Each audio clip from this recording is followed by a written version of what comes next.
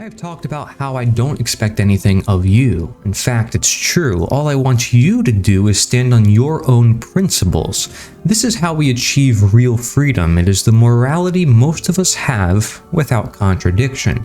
It is merely seeing the humanity in everyone with no exception in the case of authority. This is then also equality and tolerance. Yet, it isn't some cry for it. There are no requirements for it either. All you must do is take a step back, see who you are and who others are, what we've always been. There are many causes that come to seem righteous in this day and age. It may feel like you should gravitate toward them, if not gravitating away from them because they can be so much rah-rah. Everyone claims that they are right. Nobody knows what to do. Many people feel powerless, so this is what it may seem at times. The reality, however, is that everyone is right, and they feel the way they feel for a reason.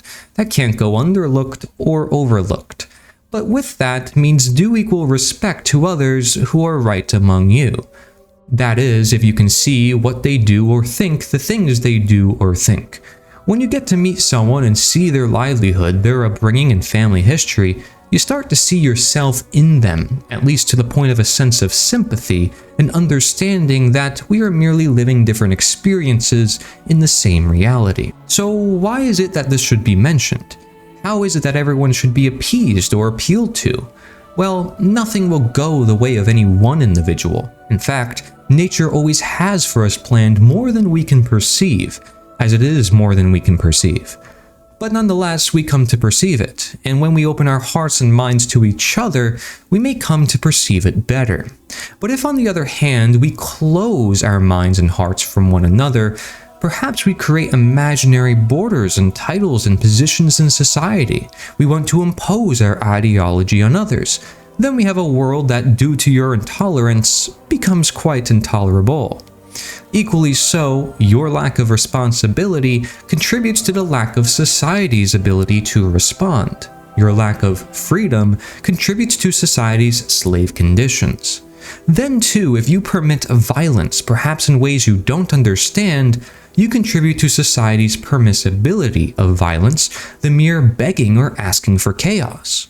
And being that most people don't want chaos or slavery or the lack of control of oneself, it only makes sense that they are deceived into such condition, if not ignorant that such condition is manifesting.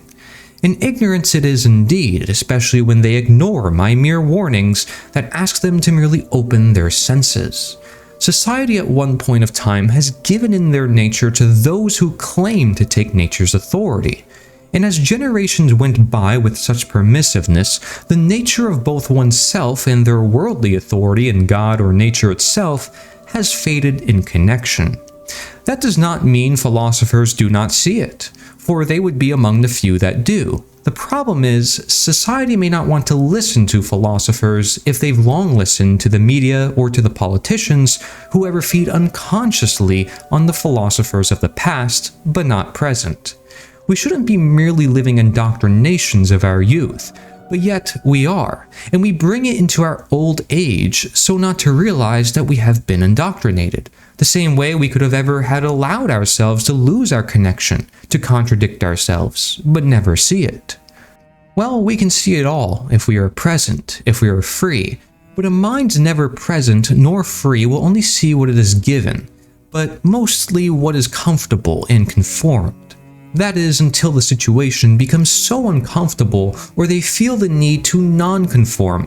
But then will they know how to heal this? If indoctrination was all they ever knew and all of a sudden the chains were broken, they would fear their freedom. They would find somewhere else to look for control. And indeed, both the act of wanting to control others or wanting to be controlled must be driving our lack of freedom. Both parties act in ignorance on part of nature because nature has it that you control yourself beyond all attempts otherwise that must be justified or indoctrinated into becoming.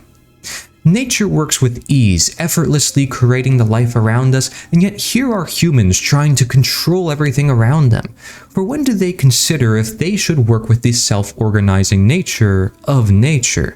If they did, for instance, voluntary interaction would be upheld in society as the only government, whereas an involuntary government would simply be seen as what it is, covert slavery.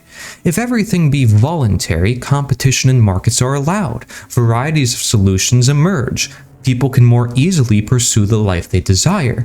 And this is not to say coercion would not exist, but it is to say that it would always be discouraged and not permissed. The key to a world of sustainability or peace is then in knowing this, that evil will always be evil and should never be permissed, not that it will go away entirely. To be on the lookout for evil is a life of responsibility, and it's easy not to when you are following orders. Thus, not only are people obligated to teach morality, but to enforce it directly. And for individuals to claim some other individuals must be given authority to uphold morality is nonsense. If all must comply to morality, then it is the responsibility of everyone to uphold morality. An act of violence is an act of violence. The goal is a world of less evil, but this is no appeal to the common good, because no evil is being permissed in the means to an end. The systems of evil all rely on twisting truth, making it confusing so to keep people in fear. Their appeal to the common good involves evil being permissed, and so long as it is, it will grow and we will continue to live in contradiction. In contradiction with ourselves, our principles, of course then in contradiction with others. See that you are connected among everyone in this world, from those endowed by their tyrannical governments in China or Korea. Know there is hope for everyone, and there must be. They see none in their condition, no alternative, just living life, but an artificial one. That's why they are in their condition and why we must be appalled. But our cause to be appalled can be equally turned on us if we were in their circumstance knowing no better. This is why education is a must, and only education can free minds. Only we can free ourselves. Like a fire, it will spread slowly but surely, faster and faster, some wood catching on quicker than others. It's just a matter of time. Don't be at conflict with yourself in this mission. Have trust. Have courage. Be the example of the lack of control, but the presence of self-control, which is just being, and hence being there for others, not in their way, but for the way. Thank you very much for watching. This is an article that I wrote. My name is Corey Endralot. Of course, I have a lot of resources. Among this, I recommend going to theliberator.us. There's a free weekly newsletter where you can get a bunch of articles like this every single week. It's totally free, bunch of resources as well, very helpful. And if you want to get involved, you can network, you can send us music, you can send us articles. I'll turn it into a video for you for free with this green screen production. Just get involved. There's always a way for anyone from anywhere to get involved, because we just want a better humankind, a better world, and we know how to do it because we're targeting the roots.